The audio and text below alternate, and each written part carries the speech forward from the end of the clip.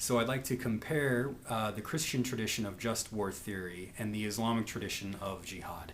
And I want to do so primarily with the help of two thinkers. The first is Jean Belk-Eshtain. In her book, Just War on Terror, she's out of the University of Chicago, along with Syed Hussein Naz, who's a Muslim thinker out of George Washington University, and his book, The Heart of Islam. Now, right away in Elshtain's book, you get the sense that just war theory is meant to limit and control violence, and it does so in 5 primary ways. The first is that a just war must be called by a legitimate authority, a ruler, a king. It can't just be called by some civilians walking around saying, oh, we should go to war against that person. That's not a just war.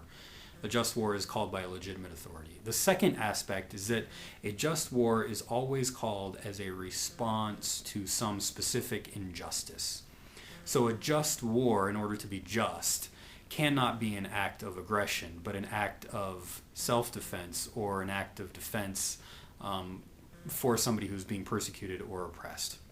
The third aspect of a just war is you must have the right intention in going to war. Now, part of what that intention means is that your intention must not be to kill non-combatants.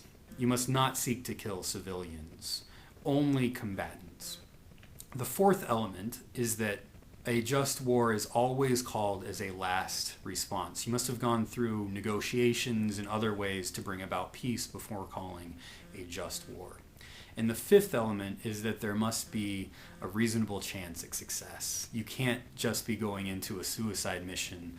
That's not what just war is about. Now, Elshtain connects just war theory to Augustine, who's the first person who tries to bring about some kind of understanding of just war. And Augustine connects this tradition with Jesus and with St. Paul. He doesn't think that he's going against Jesus and Paul when he brings about this just war. And the way that he connects it is that he says when Jesus tells us to love our neighbor, there may come a time when we have to use violence because one of our neighbors might be oppressing or persecuting another neighbor. And somebody may have to go in and use violence in order to protect and love our neighbor.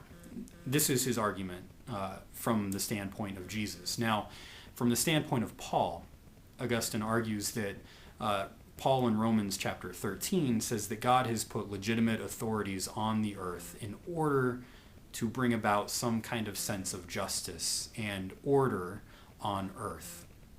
And here Elshtain says that just war theory is not an attempt to bring about peace, but an attempt to bring about justice. She says that this side of the kingdom of God, we aren't able to bring about peace because we are sinful human beings, but we can bring about a sense of justice. And just war theory says that violence may be a way of bringing out some kind of justice. Now, the Islamic notion of jihad actually looks very similar. Nas doesn't bring about any rules or principles. There may be there in Islamic tradition, but he doesn't point to them as rules or principles. But he says that jihad must be called by a legitimate authority, and it must be a response to an act of injustice. Legitimate jihad can never be an act of aggression, but a defensive response. And you must have the right intention. Similarly, you cannot go about killing non-combatants. If you do this, it's not a jihad. It's important to point out, as Nas does point out, that one of the greatest Muslim leaders in the Middle East, and indeed in all the world, Sheikh al-Azhar, says that the attacks on 9/11 were not consistent with jihad because they killed innocent civilians.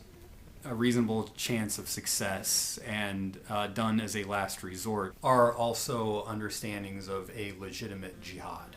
The violence is not in jihad a thing that you want to do. violence in the Islamic notion of jihad is seen as a last resort. And you get this sense in the Quran chapter 2, where the early Islamic community, the Muslims, are being persecuted by a group of people known as the Quraysh. And the Quraysh see the early Muslim community as a threat to their existence, because part of what Muslims are trying to get at, and the Quran is trying to get at, is to care for the poor. Well, the Quraysh are rich, and they don't want to do that because it means they'll lose some of their wealth. And so they're trying to persecute the early Muslim community. And the Quran chapter 2 states, kill the infidels. It means the Quraysh here. Kill the infidels wherever you see them. But if they ask for peace, you must give them peace. So here, even if the Quraysh are asking for peace, you must give them peace. You must stop all hostilities. And this is where the Quran says, don't be the aggressor. God's ways are not in the ways of the aggressor, but in the ways of peace. There may be a time when you have to defend yourself by use of violence or force, but don't be aggressive.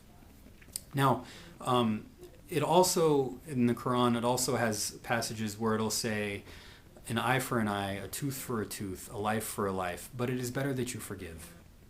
And here you see this kind of critique that's happening in the Quran of violence, and also this critique of violence that's happening in the Bible by the way of forgiveness. It's better to forgive. Jesus, when he hangs on the cross, says, Father, forgive them, for they know not what they do.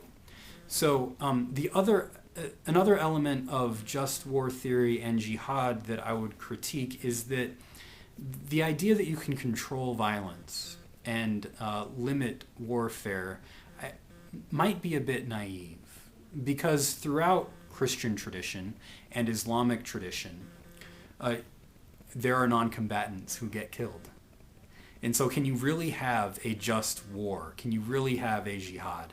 Nas specifically makes this claim that in modern warfare, you have this challenge to the notion of jihad, because modern warfare, you will always have non-combatants who are killed through weapons of mass destruction. So can you really fight a just war and a real jihad in the modern world?